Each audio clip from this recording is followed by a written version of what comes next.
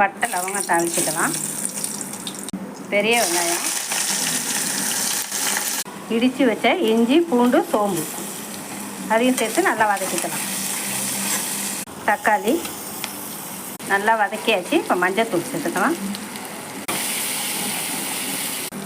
Chicken சேர்த்துக்கலாம்.